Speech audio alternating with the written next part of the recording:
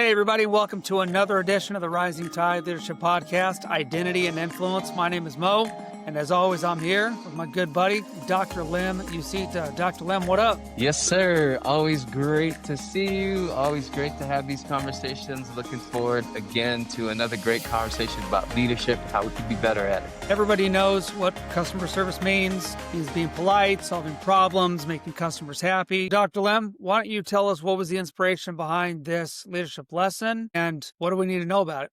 Yeah, I don't know that I've heard too many talks or read too many articles on how we can better serve our employees. It's almost like an afterthought or like something that people like accidentally step into, like, oh, maybe we should take care of our employees. And so, yeah, I don't know that I've seen much on employee service. There's a lot about customer service. I think, yeah, we'll talk about it, but I think we're just trying to do things as cheaply as possible, or we're just trying to protect the bottom line. But as leaders, we need to be challenging the status quo. We need to be going above and beyond and exceeding expectations. And that's not just for the customer, but also for our employees. So let's start there. When you hear people say customer service, they instantly get it.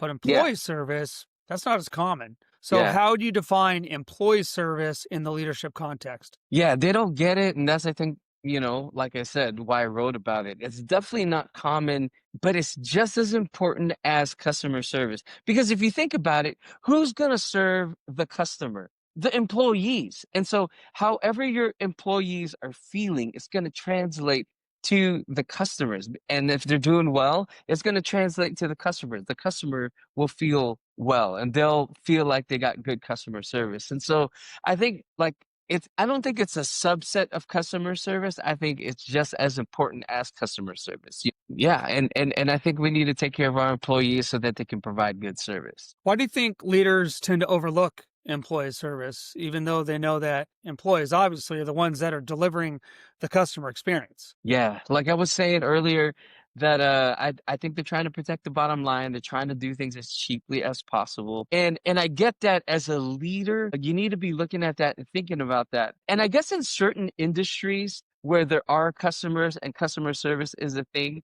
that employee service needs to be just as important. I think there's some industries where your employees aren't necessarily front facing and they're not interacting with customers. And so I think employee service is still important in that setting. But if you're front facing and if you are interacting with customers, I think the employee service is just as important as customer service. I think they overlook it because one, they don't know to think about it. So that's why we're talking about it here. And, if they're protecting the bottom line, they're just looking at what they're spending and not really like they're just looking at what the cost is per employee and then, trying to figure out their profit margins and stuff. But remember the Tony Hsieh book, Selling Happiness? You know what I'm Hmm. saying? Like and it was kind of a customer service focus. He wasn't selling shoes, he was selling happiness. But he himself needed to be in that mode, and he was creating that culture within his company in order to sell happiness. You can't sell happiness really if you got like, disgruntled employees. It's kind of tough to do that. And so like I think it goes together hand in hand. It's just as important. What's the connection between how well we serve employees and the quality of customer service that they in turn give out? Yeah, I think there's a direct correlation. So if your employees feel like they're taken care of, I think it's easier for them to take care of customers. Like I worked for an organization, and I did some of that work to try to improve employee service, but the organization and the board kind of freaked out about how much money we were spending on employees, and like it just didn't make sense to me. Let's take care of our employees, and then we can provide better customer service. But like it's interesting in this organization, the first thing that they cut was employee service. And in cutting employee service, you created disgruntled employees, which you know, kind of created bad customer service. And so I think there's a direct correlation. If you take care of your employees, I think you'll take care of the customer service. And man, when they freaked out about that, I realized that like they didn't care about their employees. I mean, it was pretty obvious they hadn't cared about them. And so like that little change kind of gave me insight into that leadership culture. And again, like what you protect is the stuff that, you that matters to you. And sadly, the employees weren't a part of the thing that mattered to them. And so yeah, I don't work for that organization anymore. Yeah, I mean, and we say it all the time. People don't leave companies, they don't leave organizations. They leave managers, they leave Yep. leaders, you know? So, I mean, unless you're getting paid, $10 million or whatever, but most of us are making about what we're worth. So why am I going to stick around with a company that is not treating me with respect and dignity? And I'm just going to go somewhere else. So, you and I actually we walked through that together, and that was really inspiring to me that you left that company. So, I was part of that leadership lesson for both of us. So, Yeah. so leaders often have standards for how customers should be treated. Hmm. Since we're talking about that, Yeah. why do you think it's so important for us to hold ourselves to the same standard of how we treat our employees? Yeah, I think it's important to hold ourselves accountable, and we definitely need to hold ourselves to the same standards because it's connected, right? There is a direct correlation to it, and we need to talk about it because it isn't written about or talked about much. If it was normal for leaders to take care of their employees, then there wouldn't really be a need to write this lesson. But I haven't really seen too many things written about employee service, and so that's part of the reason why we're writing about it. And so we're highlighting the importance of this lesson. But when we talk about taking care of others, I mean, that's a leadership issue, I think. You know what I mean? Like just to talk about the customer service impact and then to talk about leaders, but not talk about the people doing the service, like it misses a big chunk, I think, of leadership. And this customer service thing connected to this employee service is, I think, a leadership issue. So one to highlight employee service so that we can know about it is one step, but then to actually do it and hold ourselves to a higher standard, to actually have a standard to take care of employees, I think is really important. I mean, if you're doing the bare minimum for employees, they're going to do the bare minimum for your customers. And in order to raise the standard for your customers, the way to do that is to raise the standard for your employees, and take care of them. Like it's just connected. Yeah, that's so true. You can't treat your people like crap and then expect them to go out and treat your customers, incredibly because they're going to be Yeah, disgruntled. yeah. Yeah, I love that. So we want to have good employees. We want to have good team members. So what are some simple everyday examples of employee service that leaders can start practicing immediately? Yeah. One thing I love about our episodes is, we've talked about so many facets of leadership. And I think to answer this question, I would point back to some previous episodes, specifically the episode on power and power bases and understanding what referent power means. And referent power is respect power or relationship power. It's like knowing your employees and at least having that relationship enough with them that they respect you. And then if they respect you, then you can use that referent power to lead. And if you don't know what that means, just go back to our previous episode on the power bases. We have a playlist of all of the things that we've talked about. It's pretty easy to find. But a very simple step is to know them and be in relationship with them and use referent power, to lead, right? And it's the most powerful power base that you can use when you have someone that respects you and you're in a relationship with someone. Like they'll do anything for you kind of power is referent power. And so you take care of them in a way that they give you respect. Like, I mean, it's unstoppable. And so check out those previous episodes. But one practical way is to be in relationship, know them, and use referent power to lead your team. Yeah, for our YouTube audience, we've got playlists on the YouTube channel. So go to Rising Tide Leadership and find one of those YouTube playlists. And if you want to start, if you've got time for one, start with referent power, the one in the power bases, Yeah. because I would say you reference that one more than any of them. Yeah. And Yeah. let's talk about the importance of listening. That's a big one for you. Yeah.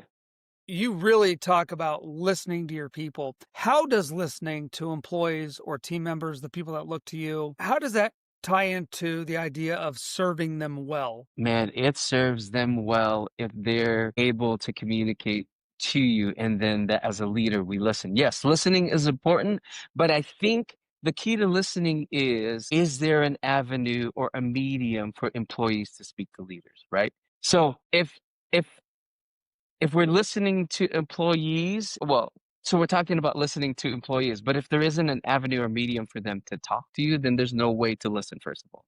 So before talking about the importance of listening, I guess the question is there a mechanism or a medium or a way for employees to communicate in order for you to listen, first of all? It's definitely important for us to listen to our employees. That way they can communicate what's happening. And again, if you have that relational referent power dynamic with them, like they're there to communicate to you. But I think even more important than the listening and the medium for listening is there a leadership culture where employees can be authentic and real in their communication, right? So we can have that medium and that way to communicate, but if they're not being real, if they're not telling you what's really happening with them, then like, you can do all the listening that you want, but they're not telling you the truth or they're not being really authentic. And I think, again, that's the leader's responsibility. We need to create that leadership culture and we need to show up as our authentic selves so that our employees can also do the same. And then when they communicate things happening or how they're feeling, and we listen, then they feel like, they've been listened to, like you create employee service, you create that employee satisfaction when you're listening to your employees. So yeah, it's a matter of having the medium or the venue or a way to communicate in order to listen. But then the overarching thing is there a leadership culture where they can even be their authentic selves to communicate to you to listen? But yeah, it's important to listen for sure. But it's even more important to create the context for them, to communicate so that you can listen. Can you share why happy employees almost always lead to happier customers? Man, it just seems so simple, right? That concept, it just seems so simple that when employees are happy, that customers will be happy. If they're happy and there is employee satisfaction, they will serve customers in well, obviously beyond expectations because we've created that culture, we've created that kind of environment for them. And like you said, it's connected, employee satisfaction and customer satisfaction. I think happy employees will translate and create happy customers. And conversely, I think dissatisfied employees will, if they're doing the bare minimum, they're gonna also, if we're doing the bare minimum for our employees, they're gonna also do the bare minimum for our customers. And you see the leadership connection here. Leadership is about challenging the status quo. Leadership is about exceeding expectations. And when we're just focused on exceeding customer expectations and we kind of miss out on employees'